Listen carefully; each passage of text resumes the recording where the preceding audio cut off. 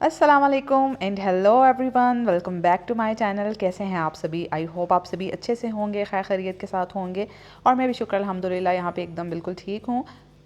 तो जनाब, अभी का व्लॉग जो है ना वो शुरू हो रहा है दोपहर के टाइम से। दोपहर से शाम का टाइम होने वाला है। बस रोज़ा जो है ना अफ्तारी में 2 घंटे का वक्त रह गया है। और ये जो व्लॉग है ना ये पिछले व्लॉग से ही कंटिन्यू है। मैं पहले काम करती इतना ज़्यादा थक गई थी ना सुबह का, तो मैं थोड़ी देर मैंने रेस्ट लिया, आधा घंटा। और उसके बाद अब जो है ना वो मैं उठ के आ गई थी किचन में। जो मैंने इतने ज़्यादा बर्तन धोए थे ना सुबह के, वो सारे ड्राई हो गए थे, पानी उनमें से सारा खुश्क हो गया था। और उनको बस मैं अपनी अपनी जगह पर ना रख रही थी।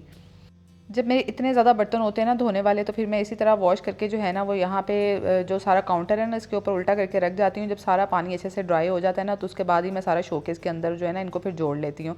ये है कि शोकेस के अंदर अगर गीले बर्तन रखे हैं ना, तो फिर वो लकड़ी वगैरह फूल जाती है और पेंट भी जो किया होता है ना उसके अंदर वो ख़राब हो जाता है। तो बस यहाँ पर मैं ना सारे बर्तन फटाफट से जोड़ रही थी, क्योंकि इसके बाद मुझे जो है वो अफ्तारी की प्रिपरेशन करनी थी।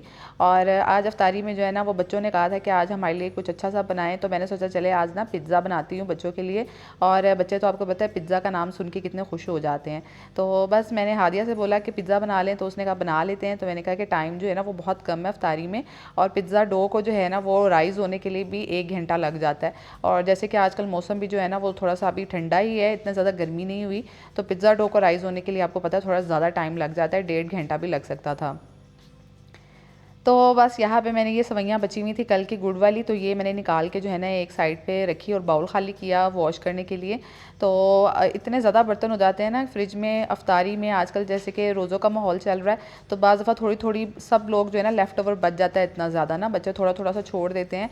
तो और मेरा भी रोज़े के साथ जो है ना वो खाने का दिल नहीं चाह रहा होता है कि फिर बच्चों का भी मैं छोड़ा हुआ खाऊँ, अपना भी इतना पेट फुल हो जाता है।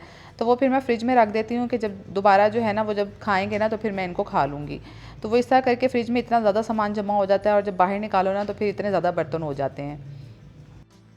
तो बस अभी मैंने यहाँ पे पिज़्ज़ा डो बनाने के लिए ना मैंने 3 कप भर के ये चाय वाली जो आपके सामने ना ये मैंने मैदे के ले लिए थे, और इसमें मैंने 1 टीस्पून छोटा जो है ना वो हाफ़ टी स्पून जो है वो मैंने नमक का ऐड कर लिया था। और अब मैं इसके अंदर जो है ना वो ख़मीर डालने लगी थी, ईस्ट, जो कि आपको बआसानी जो है स्टोर से मिल जाता है। ये मैं ना छोटा वाला साशे लेती हूँ। इससे ये फ़ायदा हो जाता है कि ये जो ख़मीर है ना वो आप दोबारा रीयूज़ नहीं कर सकते हैं, क्योंकि वो फिर राइज़ जो डो होती है ना वो उससे राइज़ नहीं होती है। तो ये देखिए ये छोटा सा साशे 70 रुपये में मिल जाता है तकरीबन। और मैंने काफ़ी टाइम से ला के रखा हुआ था, लेकिन बहुत पुराना ख़मीर भी यूज़ नहीं करना चाहिए, वो भी फिर काम नहीं देता है ना।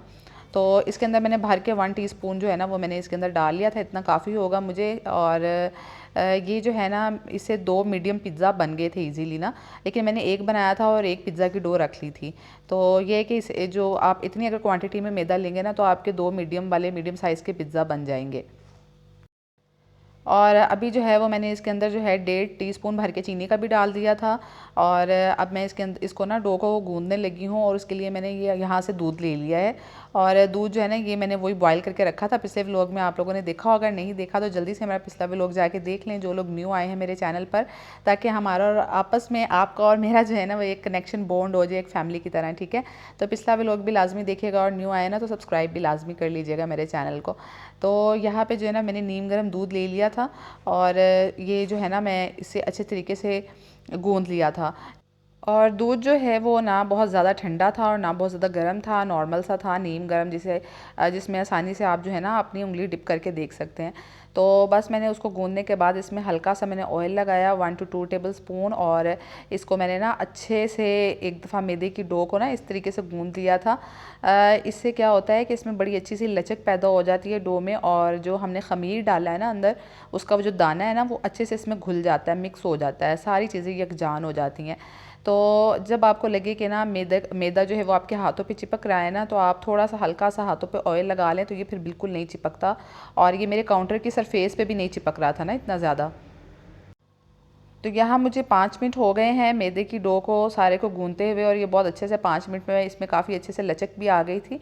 और ये बहुत नरम सी सॉफ्ट सी आपने गूंदनी है, इस तरह ना बहुत हार्ड हो और ना ही बहुत ज़्यादा जो है ना वो नरम हो जाए। इस तरह नॉर्मल सी जो है वो रख के इसको आपने गूंद लेना है, और बहुत ईजी है पिज़्ज़ा बनाना। और घर में जो है ना वो 2 पिज़्ज़ा ईज़िली बन जाते हैं जितना आपने बाहर से एक पिज़्ज़ा लेना है। तो यहाँ मैंने पिज़्ज़ा डो को राइस होने के लिए रख दिया था और मैं फटाफट से कपड़े उतारने के लिए ना बाहर आ गई थी। और आज इतनी मज़े की धूप लगी हुई थी ना, धूप के साथ हवा भी बहुत अच्छी सी चल रही थी। और जब ऐसा हो ना तो कपड़े इतनी जल्दी ड्राई होते हैं ना, मुझे बिल्कुल भी ऊपर छत पे नहीं जाना पड़ता। जितने मर्ज़ी ज़्यादा कपड़े हो ना, नीचे ही सारे के सारे कपड़े सूख जाते हैं।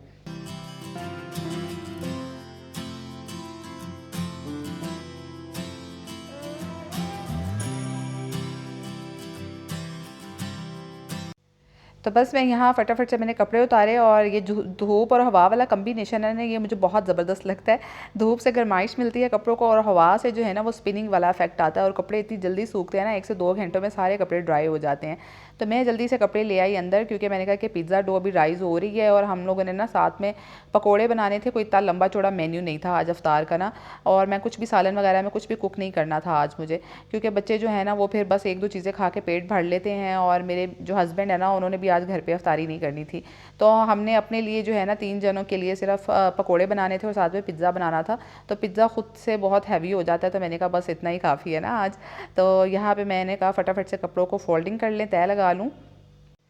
तो यहाँ हुरिया ने कहा कि मामा मैं भी आपकी हेल्प करती हूँ। हालांकि वो ना उल्टे सीधे कपड़े तय कर रही थी और मैं फिर उसको टोकती नहीं हूँ, क्योंकि उसको टोकने का मतलब है खुद ही टेंशन में आ जाना, क्योंकि फिर वो इतनी ज़िद करती है ना हर चीज़ की। तो जितनी देर में मैंने सारे कपड़े फ़ोल्ड किए ना, उसने भी बस 2-4 ही कपड़े फ़ोल्ड किए थे और मैंने ना उनको फिर दोबारा से रीफ़ोल्ड कर लिया था अच्छे से। और यहाँ पर मैंने सारे कपड़े फ़ोल्ड करने के बाद अलमारी में तय लगा के रखे। और ये है कि ना जैसे जिस दिन मैं फटाफट कपड़े तय कर लूँ ना साथ में, उस दिन सारा बिखेरा ऐसे सिमटा हुआ रहता है ना, कि सारी चीज़ें ऐसे रहती हैं कि जैसे जगह जगह पर है। और जिस दिन मैं कपड़े इसी तरह उतार के चेयर्स या इस तरह सोफ़े पे फैला दूँ ना, रख दूँ, तो उस दिन इतना लंबा हो जाता है ना काम के, वो जल्दी सिमटने पे नहीं आता। तो ये मैं आप लोगों को भी टिप दूँगी, जो भी हाउसवाइफ लाती है ना, तो फ़ौरन से कपड़ों को जो है वो समेट लिया करे, तो फिर ज़रा जो है ना वो सुकून रहता है। और बस यहाँ पे मैं जल्दी से बेड बना रही थी। बेड साफ़ ही था और आज बच्चों ने बेड भी इतना गंदा नहीं किया था, तो मैं बस बेड जो है ना उसकी बेडशीट को ठीक कर रही थी ताकि एक दफ़ा ठीक हो जाए। तो यहाँ पे जनाब सारे कपड़े वगैरह समेटने के बाद मैं फ़ौरन से आ गई थी किचन में। अभी पिज़्ज़ा रो जो है उसकी डो वो तो राइज़ नहीं हुई थी, अभी उसको तो टाइम लगेगा। तो मैंने कहा कि जल्दी से पकौड़ों का जो है वो बैटर बना लेती हूँ सारा। और यहाँ पे हुरिया जो है ना वो बहुत ज़्यादा लो हुई हुई थी, आप इसका चेहरा देख सकते हैं, इतनी लो हुई हुई थी ना। इसको रोज़ा रखना भी होता है और फिर उसके बाद इस टाइम ये बहुत लो हो जाती है, इतनी डल हो जाती है। हालाँकि रोज़ इसके पापा कहते हैं कि आज इसको रोज़ा ना रखवाएं, लेकिन मैं जो ना उसको रखवा देती हूँ, उसको फ़ोर्स नहीं करती हूँ। वो मुझे खुद ही कह रही होती है कि मुझे रखना है रोज़ा, मुझे रखना है ना, तो फिर मैं कहती हूँ कि आप उसे रखने दें, उसका जज्बा है रोज़ा रखने का, और जब उसका दिल नहीं चाहेगा ना तो वो खुद से नहीं छोड़ देगी, तो मैं उसको फ़ोर्स नहीं करूँगी। तो लेकिन ये है कि इस टाइम वो मुझे इतने नखरे दिखाती है ना, कोई इतने ज़्यादा नखरे करती है कि कब खाना बनेगा, कब खाना बनेगा, बहुत ज़्यादा इस टाइम पर तंग करना शुरू हो जाती है। और मैं कहती हूँ कि फिर मैं तुम्हें सुबह रोज़ा नहीं रखवाऊँगी, लेकिन फिर वो कहती है कि मुझे रखना है रोज़ा, तो मुझे रखना है और नखरे भी करने हैं साथ साथ में ना, दोनों चीज़ें चल रही होती हैं। तो बस यहाँ पे मैंने सोचा कि जल्दी से जो है ना जितनी देर में पिज़्ज़ा डो तो राइज़ होगी, तो मैं साथ में ना उसके ऊपर बनाने के लिए चिकन जो है उसको रेडी कर लेती हूँ। तो मैंने यहाँ चिकन क्यूब्स ले लिए, बोनलेस चिकन, और उसके अंदर बस मैंने जल्दी से ना बेसिक मसाले डाले हैं। मैंने इसके अंदर तिक्का मसाला डाल लिया, नमक डाल लिया, थोड़ा सा दही डाल लिया। आपके पास दही नहीं है तो आप लेमन और सिरका भी यूज़ कर सकते हैं, और चिली फ्लेक्स मैंने डाल लिए थे। तो बस इसको मैंने कुक होने के लिए रख लिया था, और ये थोड़ा 5-10 मिनट में जो है ना वो बोनलेस चिकन तो वैसे ही जल्दी से आपको पता है कुक हो जाता है, हड्डी वड्डी तो उसमें होती ही नहीं है, तो बहुत जल्दी कुक हो जाता है। और यहाँ पे मैं बनाने लगी हूँ टैंग जल्दी जल्दी से। टैंग बच्चों का मेरे बहुत फेवरेट है, और अभी तक हमने ना बहुत कम जामे श्री बनाया, मेरे बच्चों को ना टैंग बहुत पसंद है। तो हम लोग मैंगो वाला टैंग लेके आए थे, और हादिया हुरिया और मुझे ख़ुद भी टैंग बहुत पसंद है, लेकिन मैंगो फ्लेवर में, मुझे ऑरेंज फ्लेवर इतना पसंद नहीं है। तो बस हमारा मैंगो टैंग भी जो है ना वो ख़त्म ही होने वाला हुआ है तकरीबन।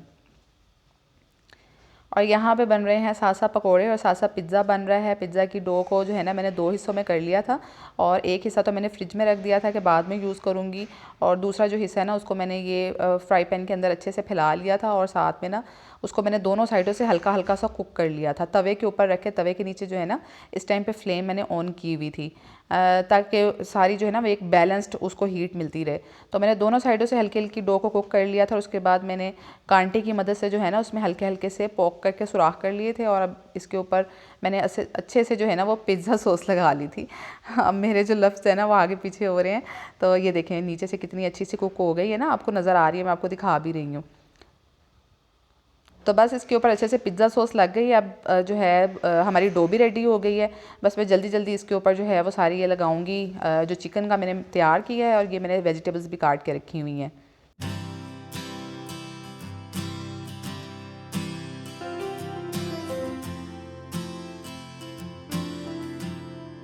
और यहाँ पे मैंने सारी वेजिटेबल्स लगा दी, ऑलिव्स लगा दिए ब्लैक, और अब मैं इसके ऊपर चेडर चीज़ और मोज़रेला लगा रही थी। मोज़रेला चीज़ का ना वो बड़ा अच्छा वो इलास्टिक वाला इफेक्ट नहीं होता है, खिंचने वाला, खिंच जाता है वो जो चीज़, वो बहुत अच्छा इफेक्ट आता है।